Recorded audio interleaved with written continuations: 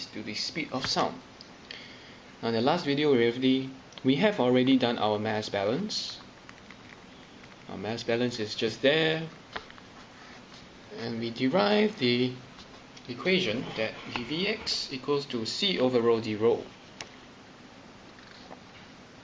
Now the second step is we simply need to do our momentum balance, and for that we need to consider our control volume again. This will be the wavefront, and there are streams entering in, a mass stream entering in at a speed c, has a pressure P and density rho, and this will be our area A that you want to use to consider for the pressure force. And when it exits this control volume, it will exit at C minus dvx. It will have a pressure P plus dP and a density rho plus d rho. Okay, our next step is to we need an equation for our momentum balance. And bear in mind, momentum is a vector, so we do need to consider the direction of this balance. We will just do it according to the x direction, which is horizontal. Alright. Our next step, the rate of change of momentum with respect to time over the system, which is our control volume, is equals to the summation of force on the system, which is control volume 2, plus the summation of the momentum due to the mass flows into the system, minus the summation of momentum flows out of the system due to the mass flows.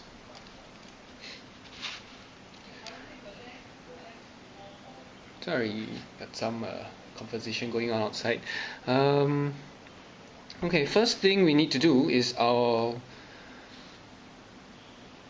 we need to simplify the equation. So our assumption will be that it is a steady state, as we have assumed in our last video. And what remains is summation of forces over control volume 2 equals to m out u out. Summation of m out u out minus the summation of m in u in.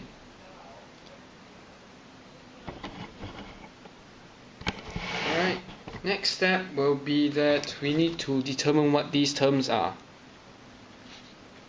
CV2, summation of f over CV2, m out, u out, and m in, u in.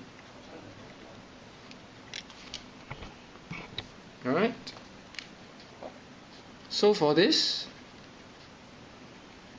we need to consider body forces and contact forces, or surface forces. So, is there any kind of force acting in the body? So, let's say we have a gravity here that's acting down. There's no electromagnetic or any kind of magnetic forces that are exerting a force in this direction. Also, we have to remember we are doing a momentum balance across the x direction. So gravity doesn't really matter, and we assume there's nothing else here. So the only thing is that the only conclusion we can arrive at is, okay, we assume there's no body forces around.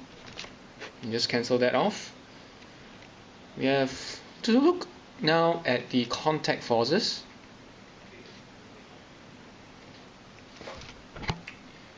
Now let's look at the contact forces. We don't assume there's any kind of force acting here, or we assume there's no force, acting here rather.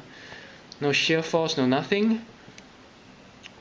Because this is a wave, so there's a sound wave rather. So we don't assume that, we assume there's no force there. But now we have pressure forces on the left and on the right of the control volume.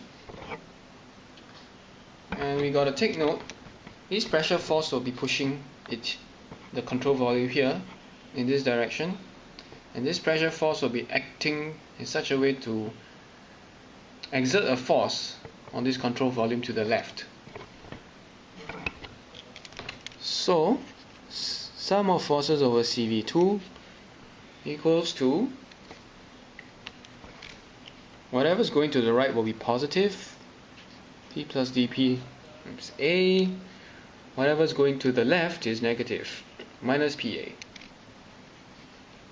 Net result is just AdP, because these and these will cancel. So that's our first term. Now we move on to our second term. M out, nu out. Since we only have one term in, or one mass flow rate in, we don't consider anything else, so that's just one in. And that will have a characteristic density rho of the surrounding medium of fluid or solid even. Well, density rho is coming in at speed c. So we have to be mindful as well that this stream is traveling to the left, so there's a negative sign in front, and that will be rho v dot out.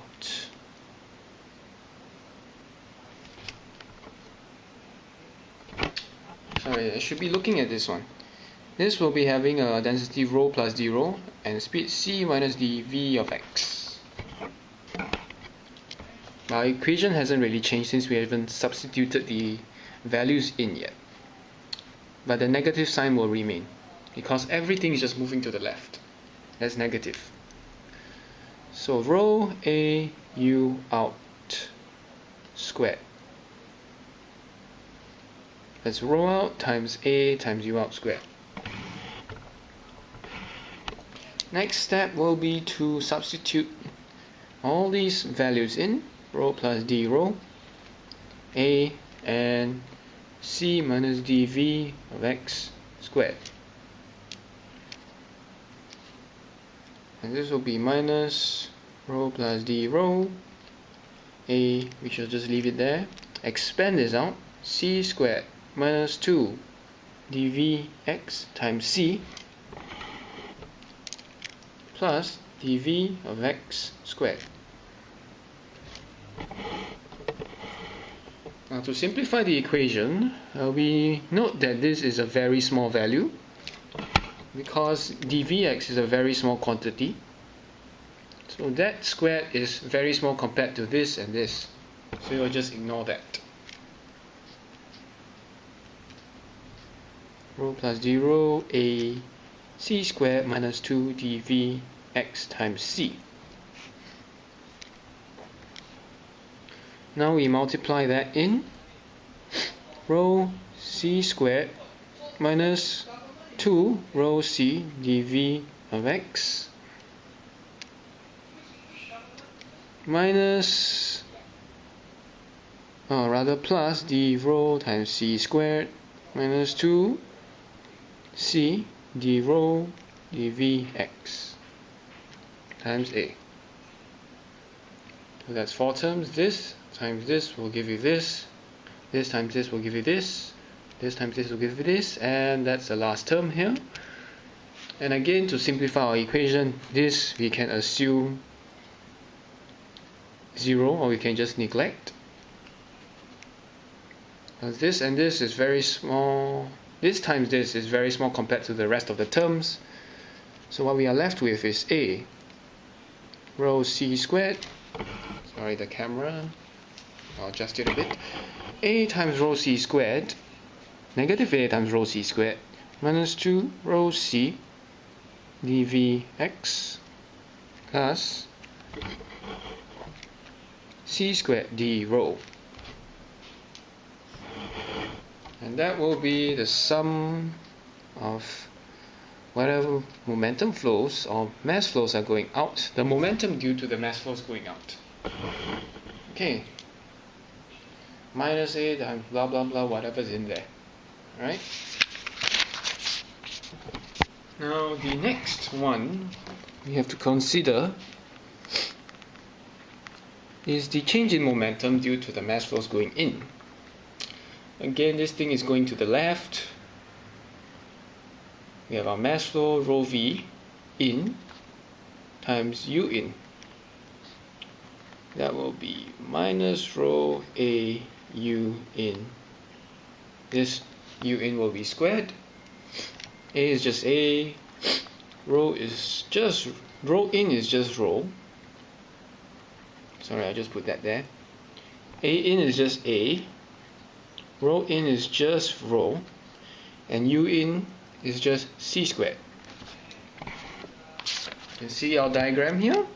A in is a, rho in is rho, and u in is just c. That's how we get our values. Minus rho a c squared. Now let's substitute all these values back into our equation here. This one. F CV2 equals to, that will be m out g out minus m in u in minus sum of m in u in. Okay, that will be F CV2 will be just AdP, as we have found out earlier, and this A times whatever's inside will be our, this will be our, how to say, this will be our m out u out. So we will have minus a rho c squared minus 2 rho c minus 2 rho c dv x, and our last term will be c squared d rho plus c squared d rho. Our last term is minus rho ac squared. Now for simplicity's sake, let's just cancel that a out, because all of that will cancel out anyway. Minus rho c squared minus 2 rho c dv of x plus c squared d rho plus rho c squared. We can just cancel these out. Let's multiply in that negative sign. Plus 2 rho c dvx minus c squared d rho. Okay, so that is our momentum balance right there.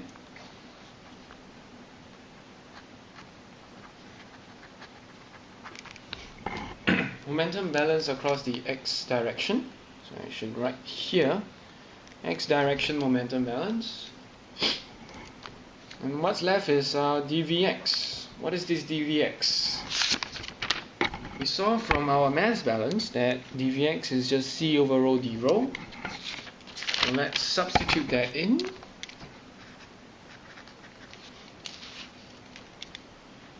Two rho c times c over rho d rho minus c squared d rho.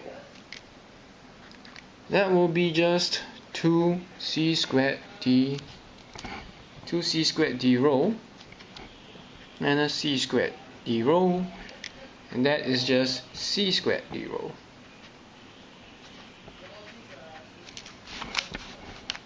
Okay, And now the next thing is just make the speed of sound the subject.